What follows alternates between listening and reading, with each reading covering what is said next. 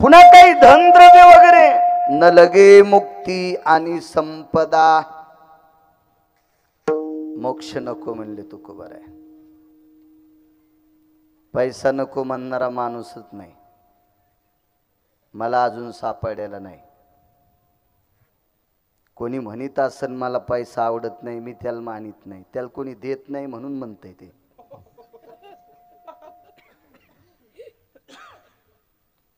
नाही, मला सापडच नाही. माझे 3802 गावं आजच्यानं महाराष्ट्रात पूर्ण झालेत. मी काय गांजा ओढून थोडंच फिरतो. माझ्या का गोळ्या संपल्या का काय? कारण मी का मानत नाही? कारण माझ्या मालकांचं एक वाक्य, ऐसा कोणी दावा आहे. कशात न कशात आम्ही बाटलोत महाराज, म्हणून आम्ही इचकीनं हे मोठं पाप आहे. निषेध निषेध. आम्ही बसत नाहीत मालकाच्या वाक्यात. आणि जो कोणी ह्या वाक्यात बसत असेल, एखादी बाई असेल, एखादा पुरुष असेल, त्या बाईच्या चपलाचं त्या पुरुषाच्या बुटाचं मंदिर बांधतो गिरगावकर. अहोरात्र त्याच्या बुटाची चपलाची सेवा करतो. सापडच नाही. ती गेली माणसं त्याच काळात. विडाला नकोय म्हणले, आम्हाला पैसे नकोय, मोक्ष नकोय. मोक्ष मला वाटते आपल्याला कधी मोक्षाचं स्वप्न पण नाही. मला सुद्धा पडलं नाही. तुम्ही इतके जण मला मानता, माझ्या पुढे बसलात, मलाही अजून मोक्षाचं स्वप्न नाही. आणि मोक्षाला ही लाथा मारणारी माणसं आहेत. मोक्ष सुखा हानो लाथा. लाथा मारल्या. याच्या पलीकडे सांगू का, तुकोबारायांनी मोक्ष का नकारला? मोक्ष तुकोबारायाच्या घरी भांडे घासायला होता. धगाई म्हणले ते मोक्ष. न लगे मुक्ती आणि संपदा. का नको म्हटले असतील पैसा?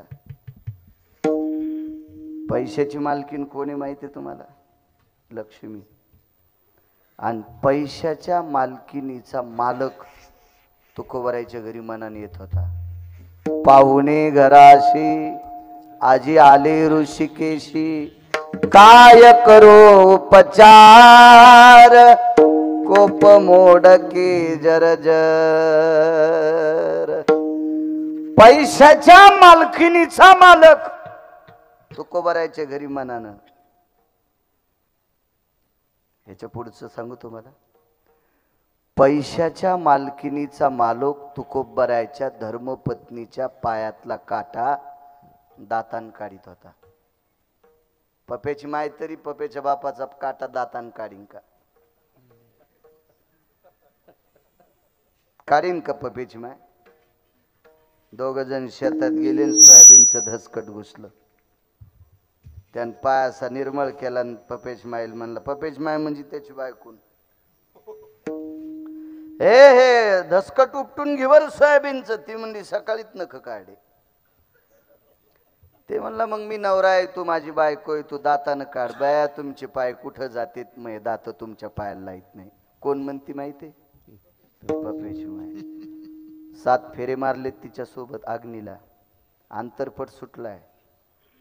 पंचतत्वाच्या अग्नीच्या सोयऱ्या धाऱ्याच्या साक्षीनं तिला धर्मपत्नी म्हणून स्वीकारले. ती नवऱ्याच्या तळपायाला दात लाईत नाही.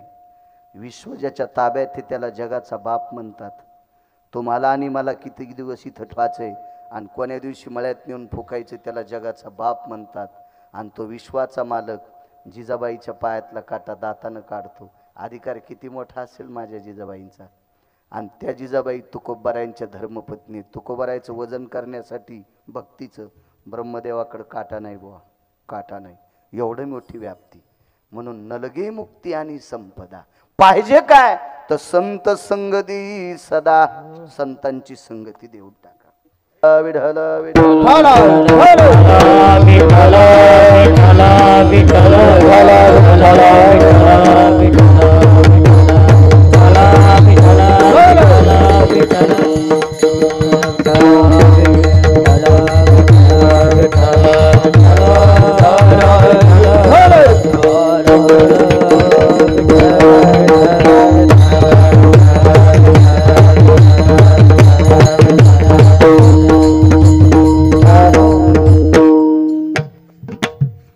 माझ्या विटेवरच्या मालकांनी सांगितलं तुम्हाला हे देण्यासाठी मानवी शरीर लागेल. हो, मग तुम्हाला गर्भवासाचे चटके.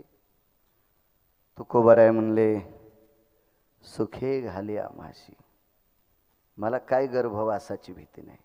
तू का म्हणे गर्भवासी सुखे घालावे आम्हाशी. मी सुखाने गर्भवासाचे चटके भोगेल, पण मागचं मला देऊन टाक. हा साधा सोपा सरळ अभंगाचा अर्थ. या महाराजजी विठाला विठाला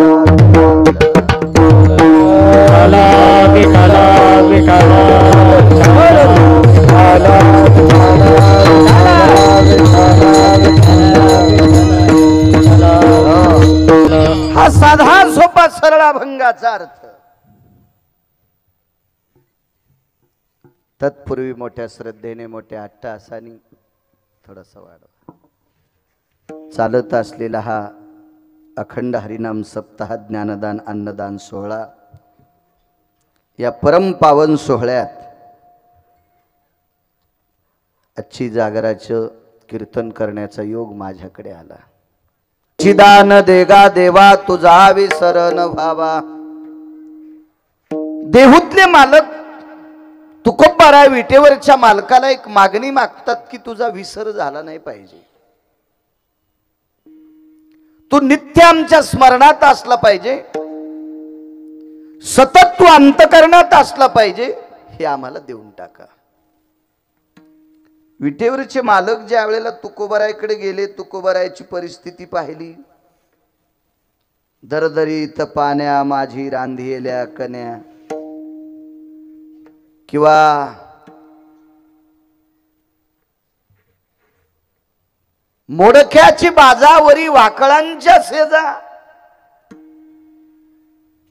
बाजा सुद्धा मोडक्या तोडक्या आहेत, त्याच्यावर अंतरण सुद्धा व्यवस्थित नाही.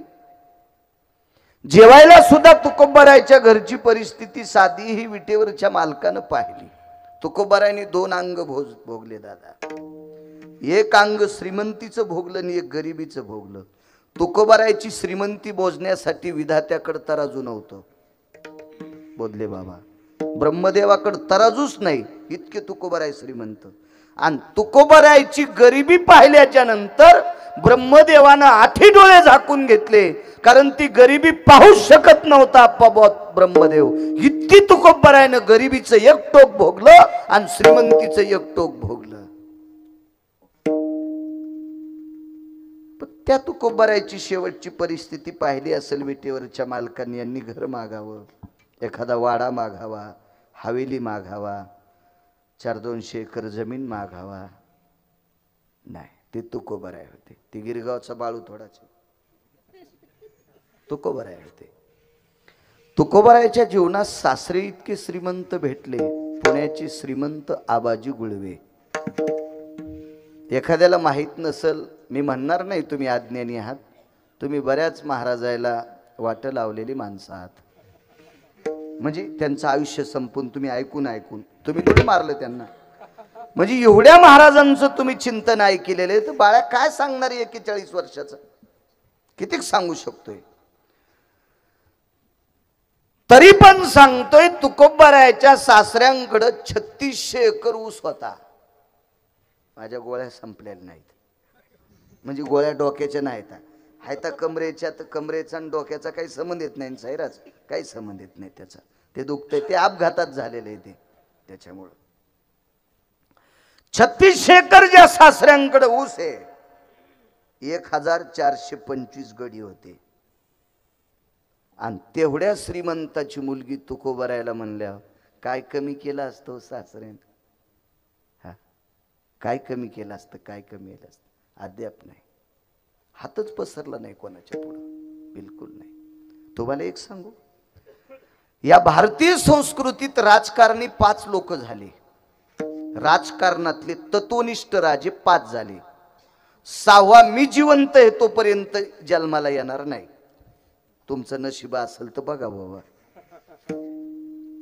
5 राजकारणी तत्वनिष्ठ, त्याच्यातला एक राजकारणातला डॉन कृष्ण, 2 नंबरचे विदुर काका आणि 5 नंबरचा डॉन रयतेचे राजा छत्रपती शिवाजी महाराज.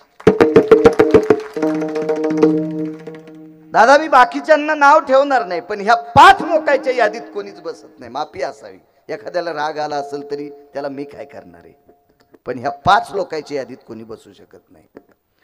तर ह्या 5 लोकांच्या राजकारणातल्या तत्वनिष्ठ डॉननी, त्याच्यापैकी एका राजाने तुकोबारायला नजराना पाठावा आणि तुकोबारायन ते परत करावा. ते तुकोबारा आहेत. छत्रपती शिवाजी महाराजांसारख्यांना म्हणावं, राजे राजे तुम्ही तळहाता इतक्या जागेचे राजे आहात, आम्ही त्रिभुवनाचे राजे आहोत. तुका म्हणे आम्ही त्रैलोक्याचे या भूमंडळा माझी कीर्ती, या भूमंडळा माझी कीर्ती. तुका म्हणे आम्ही त्रैलोक्याचे राजे, या भूमंडळा कीर्ती माझी, या भूमंडळा कीर्ती माझी. तुका म्हणे गाजे वैकुंठी सोहळा, या भूमंडळा कीर्ती माझी, या भूमंडळा कीर्ती माझी. तुका म्हणे गाजे वैकुंठी सोहळा, या भूमंडळा माझी कीर्ती, या भूमंडळा माझी कीर्ती. या सत्तेवर आरूढ असलेले तुकोबारा आहे. हे कशाला काही मागतील? तुकोबाराच्या सानिध्यात एक महाराज पोरीच्या लग्नाच्या अपेक्षेकरता धन मागण्यासाठी आला. पोरीचं लग्न होतं त्या महाराजाच्या. तसा तो महाराज चांगला होता, गुटखा खात नव्हता, तंबाखू खात नव्हता, बिडी वडीत नव्हता. मला असं वाटतंय जो पक्वद्या, जो गायकन, जो कीर्तनकार लोकांकडून पाकिट घेतो त्याने हे 3 नियम सांभाळावा. लोकांनी भजनाचे, पक्वादाचे, कीर्तनाचे बोधले बाबा पाकिट दिल्यावर जर हे तंबाखू खात असतील तर याच्या घराला कुपाटी लागायला टाइम लागणार. कारण वरचा इतका इतका चतुर आहे, इतका चतुर आहे. आणि माझ्या भाषेत सांगू का मराठवाड्यातल्या, देवासारखा गुंड जगातच कोण नाही. मग हे जरा जुरा पाकिट घेणाऱ्या गुंडायला तर कवा बी हानीन न ते. याच थोडस मला असं वाटतंय अक्कल गहाण खात्यात टाकू नये, थोडीशी ताब्यात ठेवली पाहिजे अक्कल. बोधले बाबा इथं बसलेला प्रत्येक व्यक्ती आई बापाच्या सणावाराला पाया पडतोय किंवा त्याच्या वाढदिवसाच्या दिवशी पाया पडत असेल. तुमच्या माझ्या पक्वद्याच्या गायकाच्या माणसं दिसले की त्यांच्या पाया पडते. तो यांचा अर्थ लोकांच्या गोळ्या थोड्या संपल्यात तुमच्या. हा काय वय असेल यांचं? 41च्या बाळूच्या पुढे हे वाकले का नाही? कशा करता याने इतकं ताठायचं? मी फार अभ्यास होई नाही. तू ज्ञानोबा आहे, तुकोबारायचं नाव घेतो म्हणून तुझ्या पुढे वागते. तू व्यसनाला आळा घाल. किती गुंड आहे सांगू तुम्हाला? नुसत्या भारताचा विषय नाही, पृथ्वीवर जितके देश आहे त्या सर्व देशात 6 गुंड होते. माझ्या वाचनात येते. त्याच्यापैकी एका गुंडाचं नाव सांगतो, रावण.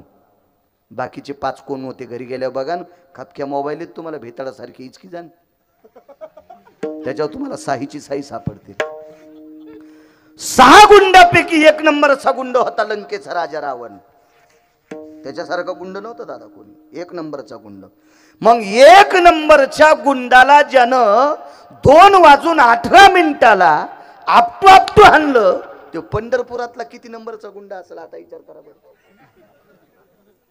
वायर चोरणारे, टाटर चोरणारे, पाईप चोरणारे, ते यायला तर कवा बी हानीन. हा गुटखे खाणाऱ्याला, तंबाखू खाणाऱ्याला, बिड्या वाढणाऱ्याला कधी बी हानीन का नाही? आहे का नाही? जपायला पाहिजे, आपण जपायला पाहिजे. आपल्या लोक लय मानते, तो लय मानते. अहो जावायचा आदर करत नाही इतका आदर संप्रदायातल्या लोकांचा करते. 3 लोकांना गुटखा खायचा नाही, तंबाखू खायची नाही, बिडी वाढायची नाही, त्यासारखा परमार्थ. आणि 3री एक आचारसंहिता सांगतो, आपली स्वतःची बायको सोडून जगातल्या प्रत्येक स्त्रीला मायन बहीण म्हणायचं. असा जो कोणी संप्रदायात असेल तो नुसत्या प्रांतातला महाराज नाही, पूर्ण देशाचा महाराज येतो. विडाला विडाला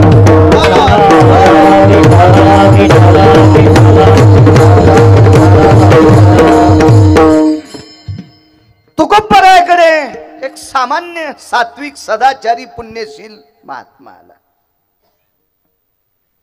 कीर्तन चालू होत.